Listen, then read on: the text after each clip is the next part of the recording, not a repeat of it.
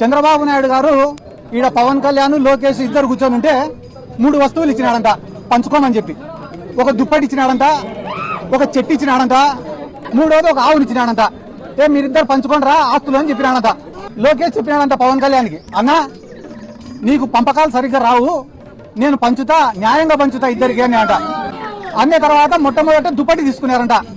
దుప్పటి తీసుకుంటే నారా లోకేష్ ఏం చెప్పాడంట, అన్న న్యాయంగా పంచుకుందామన్న ఈ దుప్పటి, దీన్ని పొద్దునంతా నువ్వు వాడుకో, రాత్రి అయితే నేను వాడుకుంటా అని అంట. ఆ న్యాయంగా పంచినావు తమ్ముడు అని చెప్పి దుప్పటి తీసుకున్నాడు పవన్ కళ్యాణ్. తీసుకున్న తర్వాత పొద్దున ఎండకు దాన్ని కప్పుకోలేకున్నాడంట, వేడి అయిపోతేనే సాయంత్రం అయితేనే లోకేష్కి ఇచ్చినాడు. పాపం లోకేష్ తెలివైనాడు కదా, చలికి బాగా కప్పుకొని పండుకున్నాడు. అంటే దుప్పటి లోకేష్కి ఉపయోగపడింది, మరి పవన్ కళ్యాణ్కి ఉపయోగపడలే. అయిపోయిన తర్వాత ఇద్దరు చెట్టుకాడికి పోయినారు.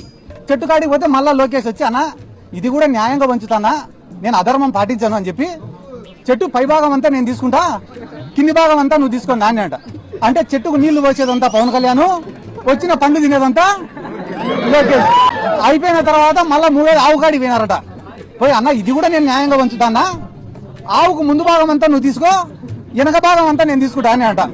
అంటే ఆవుకు రోజు నీళ్లు పోసేది మేపేసేది అంతా పవన్ కళ్యాణ్, వచ్చే పాలు పిండుకొని తినేది లోకేష్. ఈ రోజు జన సైనికుల పరిస్థితి ఏమరా అంటే, కూలీ చేసేది ఇల్లు, వచ్చిందంతా తినేది తెలుగు తమ్ముళ్ళు.